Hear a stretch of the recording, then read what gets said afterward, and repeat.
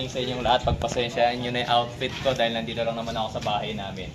Pakita lang sa inyo itong aking electric bike. Actually, I was planning to sell it na. Kasi nagpaplano na rin akong bumili ng totoong big bike. Okay, so sa mga interested lang naman na mag-own ng isang electric motorcycle, eto, binibenta ko na yung mismong electric motorcycle ko. Ginawa ko to ng iba't ibang vlogs noon. And ngayon papakita ko muna sa inyo kung ano yung full specification itong electric bike natin. Okay, so nabili ko to noon sa Star 8, kaso wala na yung Star 8 ngayon. Pero alam ko may mga nagbebenta pa ng ganitong klase ng electric motorcycle. Alam ko nasa 98,000 ata to. Nasa 98,000 yung ganitong klase ng motorcycle. Ngayon, technical specifications muna tayo. Wala na tong engine kasi nga electric. So ito na yung pinaka motor niya. Electric motor, this is a 3,000 watts motor. Tapos 72 volts na. So yun naman yung kanyang battery. Ito. Okay. So 72 volts yan. 6 ang kanyang battery, 12 volts each, kaya nagiging 72 volts. Lead acid lang yung ginagamit ko rito. Siya nga pala, yung battery nito kapapalit ko lang last November yata, November or October yata. So ayan yung video ng pagpapalit ko, panoorin nyo na lang. Nung pinalitan ko siya ng battery, bago pa yan. Okay, so malakas pa yung battery niya, makikita ninyo. Pag nag-turn on tayo, ayan, 78 volts pa. Okay, so bago pa yung battery natin eh, kapapalit ko lang kasi. Tapos eto, yung bigat niya para rin siyang ano guys, para rin talaga siyang big bike. Okay, kasi di ba may CBR ako na 250RR, halos magkasing bigat lang din talaga sila. Ang max speed na nagawa ko na rito is mga nasa 70 kilometers per hour sa EDSA, pero kaya pa niya eh, kasi meron siyang, ito kasi yung kanyang pinaka selector, reverse, may reverse to guys ha. Ito pakita ko sa inyo, meron siyang reverse. Turn on ko lang. Forward muna tayo guys para makita ninyo. Kasi may mga electric bikes na walang reverse. Ito meron. Okay. Pag reverse ka lang, kailangan ko lang alalayan. Sabi mabilis eh.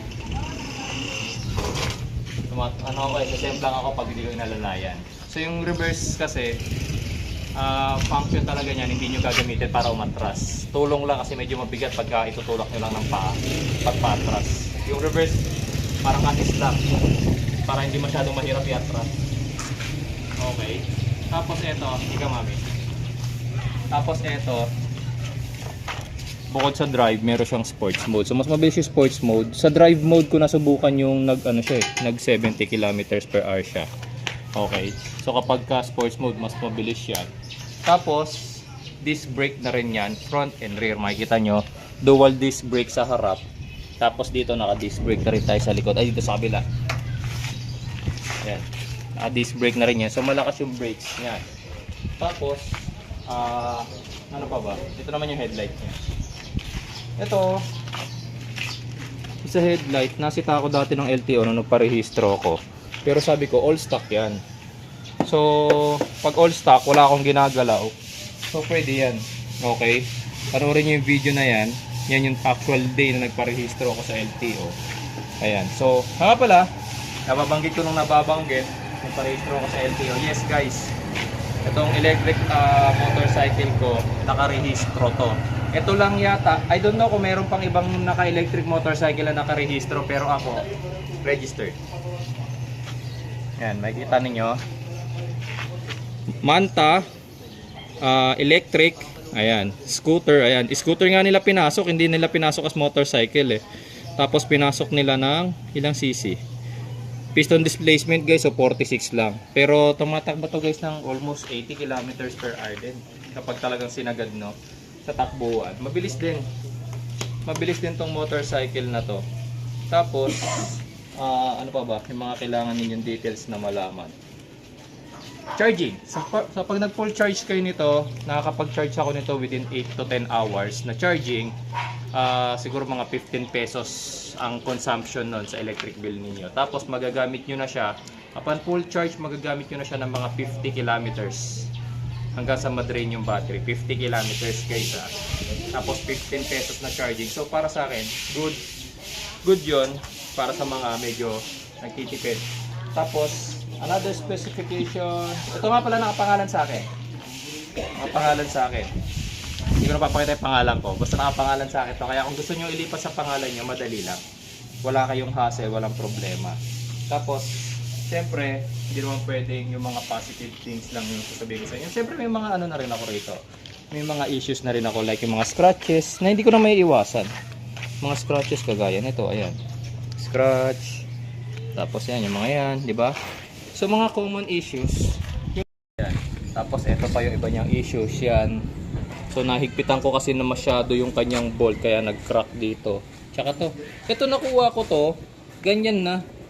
So nung binigay nila sa akin to ganyan na. So parang inano ko na lang yan, pinagpasensya ko na lang kasi yung kulay na gusto ko, nag-iisa na lang yung red. Ayoko kasi ng kulay gray nila. Kaya kinuha ko na rin to kahit na may crack yung. Sa itong upuan ko, actually hindi naman ganoon kalaki. O hindi naman ganoon ka big deal yung sa upuan, pero ano siya, parang kinalmot kasi ng pusa eh. 'Di ba? Pinatungan ng pusa tapos kinalmot-kalmot. Ayan. So yan lang naman yung mga common issues na nakita ko. Ito pa may scratches pa pala ako rito. Ito natamaan yata ito ng ano. Natamaan ito ng e-bike mo eh. Yung e-bike mo kasi pakalat-kalat eh. Yan. So yan lang yung mga issues niya. Kasi major issues naman niya naayos ko na battery. Yun naman lagi ang magiging major issue ng isang electric bike, battery. Pag nasira na yung battery niyo, palit-ulit kayo ng bago. Yung isang set na battery pala nito nung nagpalit ako, lead acid. Kano bili natin? 15,000? Oo. Mga 15,000. Okay, so magagamit nyo na rin. Kung maalaga kayo sa electric bike ang lead acid na battery, tatagal din sa inyo ng more than 1 year. Kung marunong din kayo mag-charge and discharge ng battery. Tapos, huwag nyo lang hahayaan na kunyari na-stock yung electric bike ninyo. Na-stock siya ng more than a week. Kahit pa paano patayin nyo. Meron naman yung ano eh. Meron yung ano, pangalan nito. Patayan dito. Pag alam niyo na matetenga ng matagal ang inyong electric motorcycle, patayin niyo yung breaker. Ito, may patayan dito. Ayan. Patayin niyo yung breaker para hindi na de-drain yung battery ng electric motor. Yung gulong niya guys, mga kapal pa. Kasi since electric bike ito, hindi ko talaga masyadong mailayo kasi nga 50 kilometers lang ang range niya kasi lead acid. Okay, so 50 kilometers lang. So makapal pa talaga tong gulong ko, guys. Sobrang kapal pa niya pati sa likod. Dito sa likod makapal pa rin yan. Yan, mas makapal pa nga sa likod. Ayan no. Yan. So ang mga napalitan ko pa lang dito mula nung naging ayan, nakikita niyo may plate number din ako. Ayan. Tapos, ang mga napalitan ko pa lang dito mula nung nabili ko to is battery, signal light. Ito, nagpalitan ako ng signal light kasi napunde. Tsaka, ito. Pangalan nito? Side mirror. Side mirror kasi nabasag yung isang side mirror ko. So, pinalitan na namin. Okay? Ako pala nagpalit. Okay?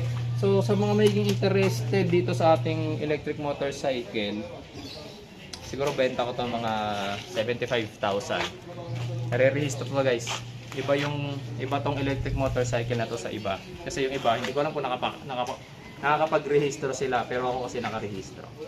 Okay, sa mga interested, kontakin nyo na lang ako sa cellphone number na nakikita nyo dyan sa inyong screen. Tapos text or call, pwede po. Okay?